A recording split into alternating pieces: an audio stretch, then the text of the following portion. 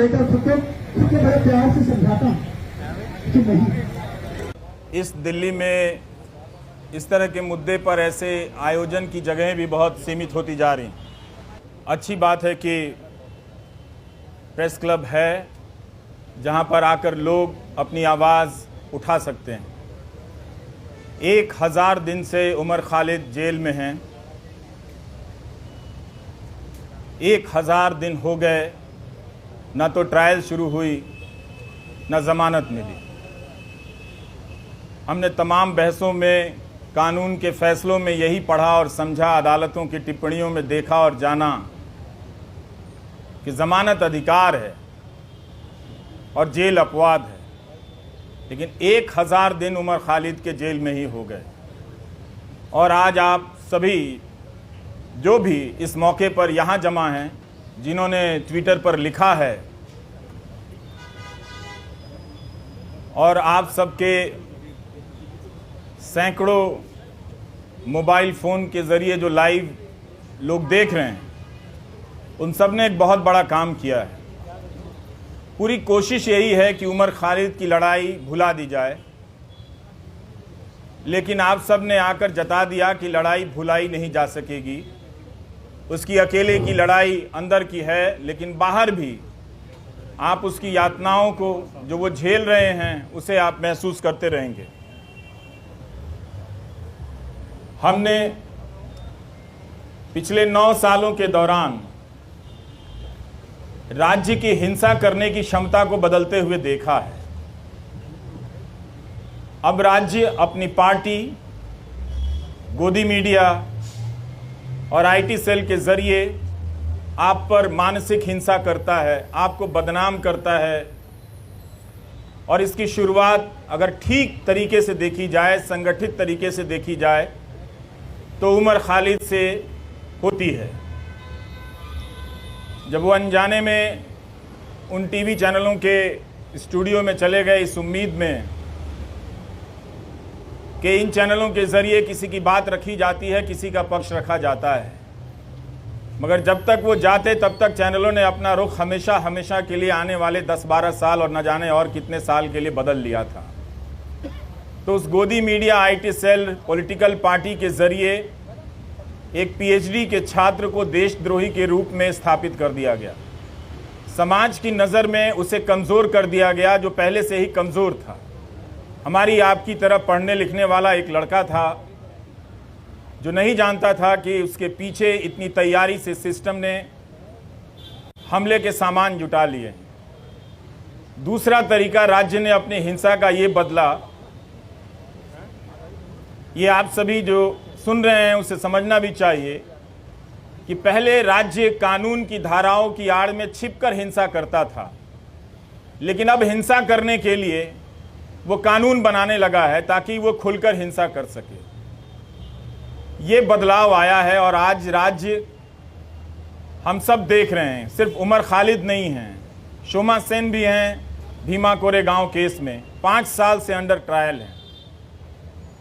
जब बड़े बड़े न्यायाधीशों को अंडर ट्रायल के बारे में बोलते हुए सुनता हूं, तो मुझे लगता है कि यही 2-4 केस उन्हें भी नज़र नहीं आते होंगे, या उन्होंने भी अपनी सुविधा के हिसाब से इन कुछ केस को देखना सुनना बंद कर दिया है, इस तरह से कि ये केस छोड़कर बाकी और केस पर बोला जाए। तो कभी भी सबके सामने में है, सुप्रीम कोर्ट ने तमाम टिप्पणियां की है ज़मानत को लेकर, सबके सामने ये बात है, मगर कभी भी 1000 दिन तो सुनवाई चली है दिल्ली की निचली अदालतों में, बेतवा शर्मा ने लिखा है, और कोई 400-300 दिन दिल्ली हाई कोर्ट में इस तरह से ज़मानत को लेकर सुनवाई चलती रही है। इसके बाद भी ज़मानत एक इतनी मुश्किल उम्मीद इस लड़ाई में बनकर सामने आ गई है।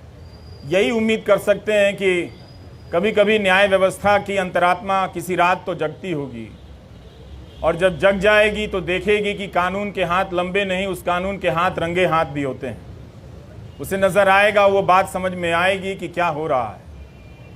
हम सब ने यह भी देखा है कि मीडिया के स्पेस से उमर खालिद को धीरे धीरे पीछे की तरफ धकेल दिया गया, किनारे कर दिया गया, ताकि भुलाने की प्रक्रिया में तेज़ी आए।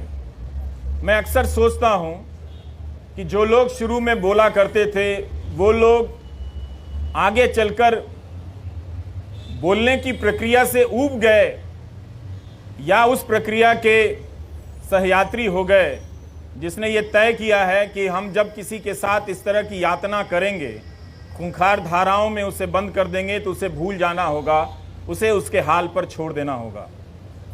उमर खालिद की जितनी भी तस्वीरें आई इस दौरान, जहां भी छपी या चंद वीडियो में नज़र आए, मैंने एक हंसता हुआ लड़का देखा, लेकिन उस हंसी को देखकर अपने भीतर उदासी भर जाती थी कि हंसी जो है वो अपने लिए नहीं, वो हम सब के लिए छोड़कर जा रहा है कि आप शायद अपनी ज़िंदगी में सामान्य होंगे। इस वक्त एक ओवल में फालतू का मुकाबला चल रहा है, इंडिया ऑस्ट्रेलिया के मैच में ट्वीट करके अपने आप को क्रिकेट प्रेमी जता रहे होंगे। जता सकते हैं, बिल्कुल अपनी ज़िंदगी जी सकते हैं और ज़िंदगी को उसी रोशनी और संगीत के साथ जी सकते हैं, मगर याद करने का जो फ़र्ज़ था नागरिकों का बहुत लोगों ने भुलाया और ये होते हुए हमने देखा। उनके लिए एक ऐसा विषय बन गया जिस पर लिखना, जिस पर बोलना राज्य से टकराने के जैसा हो गया। वो अपना हिम्मत हारने लगे। लेकिन यहाँ आकर यही लगा कि शायद मैं उन 2-4 लोगों की परवाह कर रहा था। आप हज़ार लोगों को, सैकड़ों लोगों को नहीं देख रहा था जो आप राज्य से लड़ रहे हैं। राज्य कई तरह के सेंसर लगा रहा है, लेकिन फिर भी आप बातों को पहुंचाने के लिए अपने कैमरे हाथ में थाम कर उठाकर खड़े हैं। ये बहुत बड़ी बात है। मैं याद करना चाहता हूं उमर के साथ आज बेतवा शर्मा को भी, जिन्होंने दिल्ली दंगों के मामले में शानदार रिपोर्टिंग की, आज भी की है बेतवा ने, और पहले भी सफूरा के मामले में उन्होंने शानदार रिपोर्टिंग की, और जिसकी वजह से लोगों ने जाना कि नताशा नरवाल, देवांगना कालिता, इन सब के साथ क्या हो रहा है। इन्हें ज़मानत मिली, लेकिन उमर खालिद को ज़मानत नहीं मिली।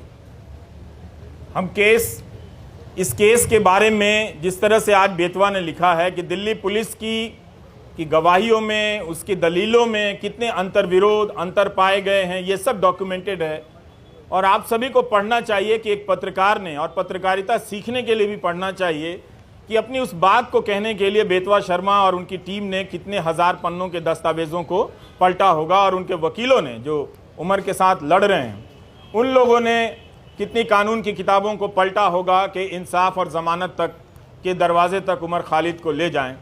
मगर लगता है कि वो दरवाज़ा, उस दरवाजे तक पहुंचने का रास्ता बहुत लंबा कर दिया जा रहा है, या शायद उमर खालिद के लिए ही बहुत लंबा है, या शोमा सेन के लिए बहुत लंबा है। स्टेन स्वामी के लिए तो वो दरवाज़ा कभी उस दरवाजे तक पहुंच ही नहीं पाए, इस दुनिया से चले गए। और भीमा कोरेगांव केस में क्या हो रहा है ये सब हम सब देख रहे हैं। नेहा मसीह ने कितनी बार, इन सब चीज़ों को याद करने की ज़रूरत है। वॉशिंगटन पोस्ट के ज़रिए रिपोर्ट की कि भीमा कोरेगांव केस में लोगों के कंप्यूटर में फर्जी फाइलें डाल दी गईं जिससे उन्हें प्रधानमंत्री की हत्या की कथित साजिश के आरोप में आरोपी बनाया जा सके, और लोग इन धाराओं में, इस मामले में कई महीनों से जेल में हैं। इसलिए उमर को याद करना, उमर के साथ साथ इन तमाम मामलों में बंद कर दिए गए लोगों को याद करना भी है। और ये अच्छी बात है कि रोना विल्सन को कोई याद नहीं कर पाता है, शोमा सेन को कोई याद नहीं कर पाता है। वो कुछ बंदिशें लगी हैं, याद करने वालों ने अपने लिए कुछ कायदा चुन लिया है कि हम इन्हें याद करेंगे, इन्हें याद करने में ज़्यादा सुरक्षा है, इन्हें याद करने में ज़्यादा ख़तरा है। तो वो अपनी सुविधा के हिसाब से किसी को याद करते हैं, किसी को याद नहीं करते हैं। तो उसमें उमर खालिद की जगह अब भी ऐसी बनी हुई है, आप लोगों ने बना कर रखा है कि आप लोग उसे याद करेंगे, और जब भी उसे याद करेंगे उसके चेहरे के साथ साथ इन सभी चेहरों का चेहरा सामने आएगा। और आपके पिता SQR इलियासी जी, जब हम अपनी रिपोर्टिंग की दुनिया में कदम रख रहे थे तो आपके पास न जाने कितनी मर्तबा हम लोग अपने कैमरे को लेकर गए हैं, और एक जिम्मेदार नागरिक के तौर पर आपके बयान लेने के लिए मैंने आपकी चौखट पर तमाम बड़े मीडिया को देखा है जो अब शायद आपसे दूरी बनाता होगा, किसी एहतियात की चिंता में या किसी सरकार की चिंता में, वो जो भी है। लेकिन प्रेस क्लब की ये सभा आश्वस्त करती है कि राज्य के पास ताकत तो बहुत है, लेकिन आप लोगों के पास इरादे भी कुछ कम नहीं हैं। आप लोग याद कर रहे हैं उसे। इस 1000 दिन को आपने यूं खाली जाने नहीं दिया, याद करके बता दिया कि नाइंसाफ़ियाँ जहाँ जहाँ दर्ज है हम उन्हें पहचानते रहेंगे, उनके बारे में हम लौटते रहेंगे और लोगों को बताते रहेंगे। हम और आप यही काम कर सकते हैं, इस उम्मीद में कि कभी ना कभी किसी का ईमान जागेगा, और ईमान जागता है और लोग उन फैसलों को पलट कर देखेंगे, उन गवाहियों को देखेंगे। दिल्ली पुलिस में भी बहुत सारे अच्छे लोग हैं, वो लोग समझेंगे कि उनके हाथ से किस तरह की नाइंसाफ़ी हो रही है। उनकी रातों की नींद भी खराब होगी किसी वक्त में, जब वो खुद किसी नाइंसाफ़ी के दौर से गुजर रहे होंगे, तो अपने द्वारा की गई नाइंसाफ़ियों को याद तो करेंगे ही। हम सब याद करते हैं, वो भी इंसान है, वो भी याद करेंगे। लेकिन उमर खालिद के लिए लगता है कि सब कुछ एक कठोर दरवाज़ा बना दिया गया है, लकड़ी का ऐसा दरवाज़ा जहां इंसान नहीं खड़ा है, लकड़ी का कुछ लकड़ी की मूर्तियां ही बनी हुई हैं, वही फैसले ले रही हैं, उनका शायद दिल नहीं धड़कता है। हम कोशिश करते रहेंगे कि उमर खालिद के साथ जो मामला है उसको उठाते रहें, आप लोग बोलते रहें। बोलने के लिए बहुत ज़रूरी है कि इस केस के डिटेल में जाएं, जिस तरह से बेतवा शर्मा ने आज रिपोर्टिंग की है। इतनी बड़ी मीडिया की फौज है इस दिल्ली शहर में, पूरे देश की मीडिया को ख़त्म कर दिया गया कि दिल्ली में मीडिया है, क्योंकि नेशनल मीडिया है, वो राज्यों और ज़िलों की परवाह करता है। लेकिन अंत में ये नेशनल मीडिया भी ख़त्म हो गया और आज आपके बीच उसकी मौजूदगी नज़र नहीं आती है। कोई हाथ उठाकर नहीं कह सकता कि हाँ वो यहाँ पर खड़ा है, उसके चैनल पर उसका लाइव प्रसारण हो रहा है। अगर कोई ऐसा है तो उसके लिए ताली बजा दीजिएगा, नहीं तो आप सब अपनी निष्ठा और अपने कर्तव्य निष्ठा के प्रति खुद ही ताली बजा लीजिए। आपके लिए तो कोई आएगा नहीं। इस धूप में आप लोगों ने इतनी मेहनत की है, बहुत बहुत शुक्रिया कि हम सब ने आज उमर खालिद को याद किया है। ट्विटर पर जिन लोगों ने लिखा है जो यहाँ नहीं आए हैं, उनकी सॉलिडारिटी को भी स्वीकार करना चाहिए, उसे भी मंजूर करना चाहिए, उसे भी एक तरह से उसकी पहचान होनी चाहिए। कैसे तमाम अनजान लोगों के ज़रिए भी ये बात दुनिया तक फैलती है कि एक नौजवान लड़के को, जिसकी पीएचडी ही, चार्जशीट से पहले अदालतें उसकी पीएचडी पढ़ लें तो उसके बारे में नज़रिया बदल सकता है। लोग देख सकते हैं कि वो एक छात्र के रूप में कैसा रहा होगा। उमर खालिद की दोस्त आकांक्षा अपेक्षा प्रियदर्शनी का मैं एक नोट पढ़ रहा था कि जब वो मिलने गईं और उमर खालिद ने बताया कि कोविड के दौरान सुप्रीम कोर्ट के आदेश से कई लोगों को जेल से बाहर जाने की इजाज़त दी गई, और जब वो लौट कर आए तो उन्होंने पूछा कि आप अभी तक यहीं हैं। मतलब उस महामारी में भी किसी को ये याद रहा कि इस एक कोई उमर खालिद है जिसे बाहर नहीं भेजना है। उस महामारी में भी उसकी पहचान याद रखी गई, उसकी निशानदेही को याद रखा गया। इस तरह की नाइंसाफ़ियाँ जो एक आम कैदी को मिलनी चाहिए, वो भी उसे नहीं मिलती नज़र आ रही हैं। ये बहुत चिंता की बात है। और जब तक ये है, अदालतों के मंच से बड़े बड़े न्यायाधीशों का बोलना हमें खाली सा लगता है, हल्का सा लगता है कि वे अंडर ट्रायल और अधिकारों की बात बहुत संजीदगी से करते हैं। कई बार ऐसा लगता है कि शायद वो बात कहने के लिए करते हैं, नहीं तो ये बात अपने फैसलों में ही पलट कर देख लेते कि जब सबके लिए वो फैसला हुआ था तो क्यों इस व्यक्ति के लिए, क्या वो व्यक्ति इतना ज़्यादा खतरनाक है। मीडिया अगर धारणा बना देगा, गोदी मीडिया का एक एंकर रोज़ दंगाई मानसिकता फैलाता है, उसके खिलाफ कोई कार्रवाई नहीं हुई और उस तरह के एंकरों से किसी को देशद्रोही बना दिया जाता है, उस पर राज्य व्यवस्था और न्याय व्यवस्था उसे लेकर इतना क्रूर हो जाती है, कोई दया भी नहीं दिखाती है, उसका प्रदर्शन नहीं करती है। हमारे तमाम न्यूज़ चैनलों के एंकरों ने बुलंदशहर के मामले में क्या हाल किया आप सभी ने देखा होगा। वो कल्पना कर लेते हैं कि मूर्तियां जिन्होंने खंडित की वो किस समुदाय के हों, वो रिपोर्टिंग अब नहीं करते हैं। इसी तरह से उन्होंने उमर खालिद के बारे में कल्पना कर ली और उसे वास्तविकता में बदल दिया। ये तो गनीमत है कि वहाँ की पुलिस डिपार्टमेंट को ये बात समझ में आ गई कि कुछ खतरनाक चीज़ें हैं। वो अपराधी पकड़े गए और उनके धर्म का नाम का धर्म कुछ और निकल आया। नहीं तो पता नहीं वो एंकर उस घटना के बहाने इस समाज में कितनी जहर और कितना आग फैला दिया होता, और किस तरह के खेल खेले जा रहे हैं इस तरह से। तो इन बातों को देखना है, समझना है कि उमर खालिद एक बहुत बड़ी साजिश का शिकार हुआ है, जिसके तहत तंत्र ने अपना पहला परीक्षण किया कि क्या किसी निर्दोष छात्र को इस तरह से चिन्हित कर, देशद्रोही बताकर, उसे एक तरह से देश के लिए खतरे के रूप में प्रोजेक्ट कर उसे जेल की सलाखों के पीछे भेजा जा सकता है। और ये उनका परीक्षण उमर खालिद के मामले को देखकर या भीमा कोरेगांव के केस को देखकर लगता है कि सफल हुआ। सत्ता ने लोक लाज की परवाह भी छोड़ दी है। स्टेन स्वामी के निधन के बाद भी उसे कोई फर्क नहीं पड़ा, किसी बात का कोई फर्क नहीं पड़ रहा। यही आज की सरकार का उसकी समझ है या उसकी पहचान है। हम सबको ये नोट करने की बहुत जरूरत है। उन एंकरों को कुछ नहीं होता जो दिन रात दंगा फैलाते हैं, दिन रात अनाप शनाप दूसरे समुदाय के बारे में कहते हैं, लेकिन दंगा भड़काने के आरोप में एक पीएचडी के छात्र को सलाखों के पीछे भेज दिया गया, जिसके मामले में ट्रायल शुरू नहीं हुई है और ना ही चार्जशीट वगैरह इन सब ये चीज़ें पेश हुई हैं, ना जमानत मिली है इस मामले में। तो हमें ये इस अंतर को पहचानना है कि कुछ लोगों को दंगा फैलाने की खुली छूट मिली हुई है, गोली मारने के नारे लगाए जा रहे थे। वो कौन लोग थे जो इस कानून को लेकर आए और आज तक इस कानून को लागू नहीं कर सके।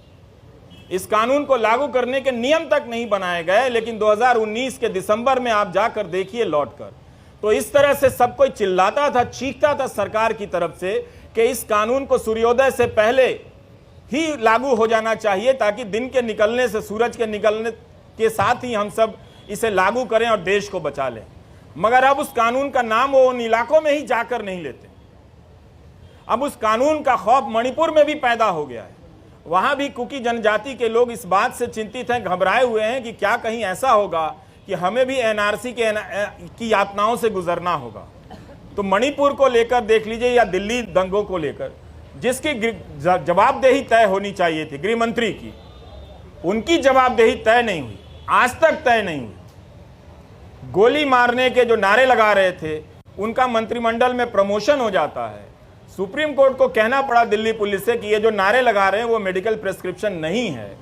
इसके बाद भी जो व्यक्ति शांति की अपील करता रहा, शांति की बातें करता रहा, वो दंगों की साजिश के आरोप में जेल में इस तरह से बंद कर दिया गया है। तो इस 1000 दिन को आप याद रखें। ये 1000 दिन सिर्फ उम्र के नहीं हैं, ये 1000 दिन भारतीय नागरिक समाज, न्याय व्यवस्था के अफसोस के दिन भी हैं, उनके शर्म के भी दिन हैं। नमस्कार, थैंक यू।